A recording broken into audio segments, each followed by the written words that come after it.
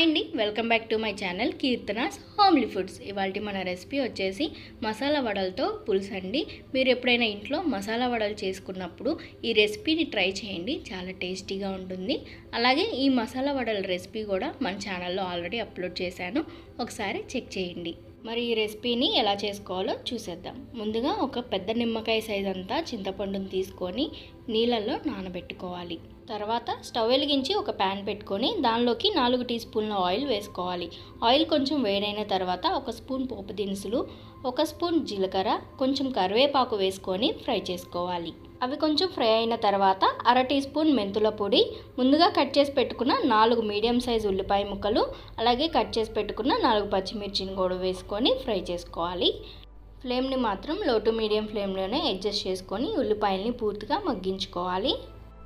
అవి ఇలా మగ్గిన తర్వాత దీనిలోకి 1.5 స్పూన్ కల్లుప్పు, అలాగే 1/2 టీ స్పూన్ పసుపు వేసుకొని బాగా కలుపుకోవాలి.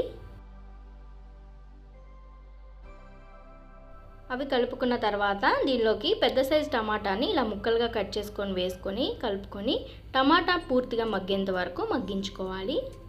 చూసారు కదండి, టమాటా అయితే పూర్తిగా మగ్గిపోయింది. ఇప్పుడు దీనిలోకి 1.5 స్పూన్ కారం వేసుకొని కలిపి ఒక 2 నిమిషాల పాటు మూత పెట్టుకొని మగ్గించుకోవాలి.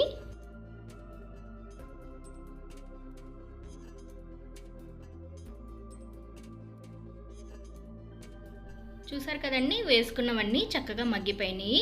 ఇప్పుడు దీనిలోకి ముందుగా నానబెట్టి పెట్టుకున్న చింతపండు యొక్క రసాన్ని వేసి కొంచెం కొత్తిమీర వేసుకొని కలిపి ఒక 5 నిమిషాల పాటు మూత పెట్టుకొని పులుసుని చక్కగా మరిగించుకోవాలి. ఒక 2 నిమిషాల తర్వాత ఓపెన్ చేసి చూపిస్తున్నాను. చూసారు కదండి, పులుసు అయితే మరగటం స్టార్ట్ అయింది. ఇలాగా మధ్య మధ్యలో తిప్పుకుంటూ పులుసుని చక్కగా మరిగించుకోవాలి. ఒక 5 నిమిషాల తర్వాత పులుసు అయితే దగ్గర పడింది. ఇలా నేను చూపిస్తున్న విధంగా పులుసు ఈ మాత్రం చిక్కదనం ఉంటే సరిపోతుంది.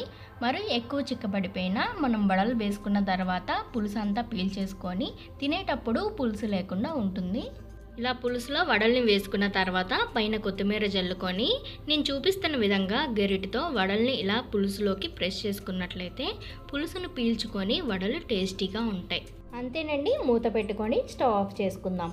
చూసారు కదా, ఎంతో సింపుల్ అండ్ టేస్టీగా చేసుకునే మసాలా వడల పులుసు అయితే రెడీ అయిపోయింది. మరి మీరు కూడా ఒకసారి ట్రై చేసి ఎలా ఉందో కామెంట్ సెక్షన్లో కామెంట్ చేయండి.